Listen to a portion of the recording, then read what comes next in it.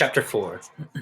That night, the Baudelaire children sat at the table with Aunt Josephine and ate their dinner with a cold pit in their stomachs.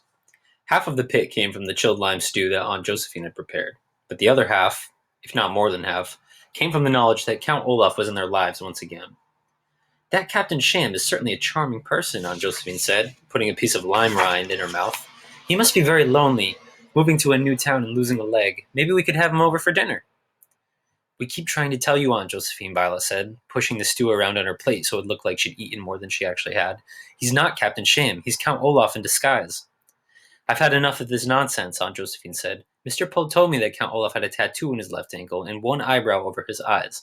Captain Sham doesn't have a left ankle and only has one eye. I can't believe you would dare to disagree with a man who has eye problems. I have eye problems, Klaus said, pointing to his glasses, and you're disagreeing with me.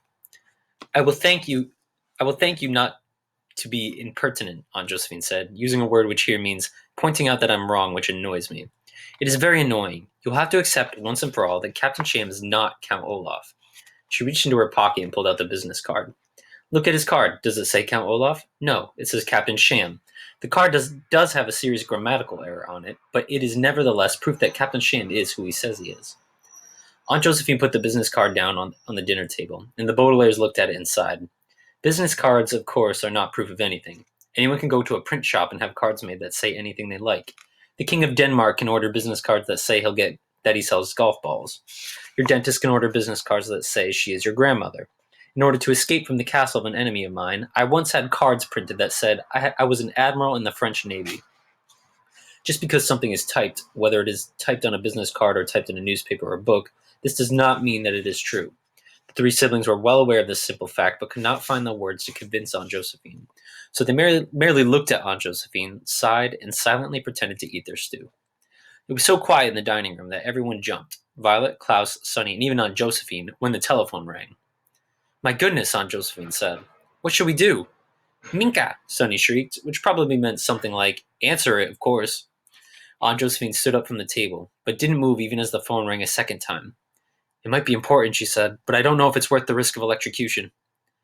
If it makes you feel more comfortable, Violet said, wiping her mouth with her napkin, I will answer the phone. Violet stood up and walked to the phone in time to answer it on the third ring. Hello? She asked. Is this Mrs. Antwhistle? A wheezy voice asked. No, Violet replied. This is Violet Baudelaire. May I help you?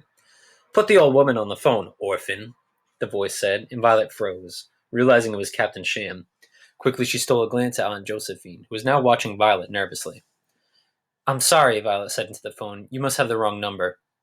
Don't play with me, you wretched girl, Captain Sham started to say, but Violet hung up the phone, her heart pounding, and turned to Aunt Josephine. Someone was asking for the Hopalong dancing school, she said, lying quickly. I told them they had the wrong number. What a brave girl you are, Aunt Josephine murmured, picking up the phone like that. It's actually very safe, Violet said. Haven't you ever answered the phone, Aunt Josephine? Klaus asked. Ike almost always answered it, Aunt Josephine said, and he used a special glove for safety. But now that I've seen you answer it, maybe I'll give it a try next time somebody calls. The phone rang, and Aunt Josephine jumped again. Oh, goodness, she said.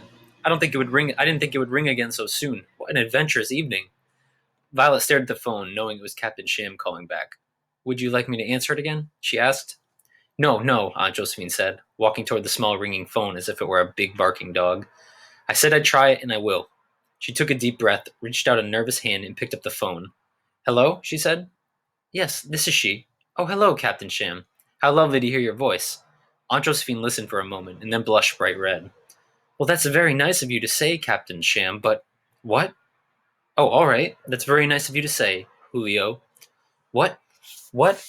Oh, what a lovely idea. But please hold on a moment. Aunt Josephine held a hand over the receiver and faced the three children. Violet, Klaus, Sonny, please go to your room, she said. Captain Sham, Julio, he asked me to call him by his first name, is planning a surprise for you children, and he wants to discuss it with me. We don't want a surprise, Klaus said. Of course you do, Aunt Josephine said. Now run along so I can discuss it without your eavesdropping. We're not eavesdropping, Violet said, but I think it would be better if we stayed here.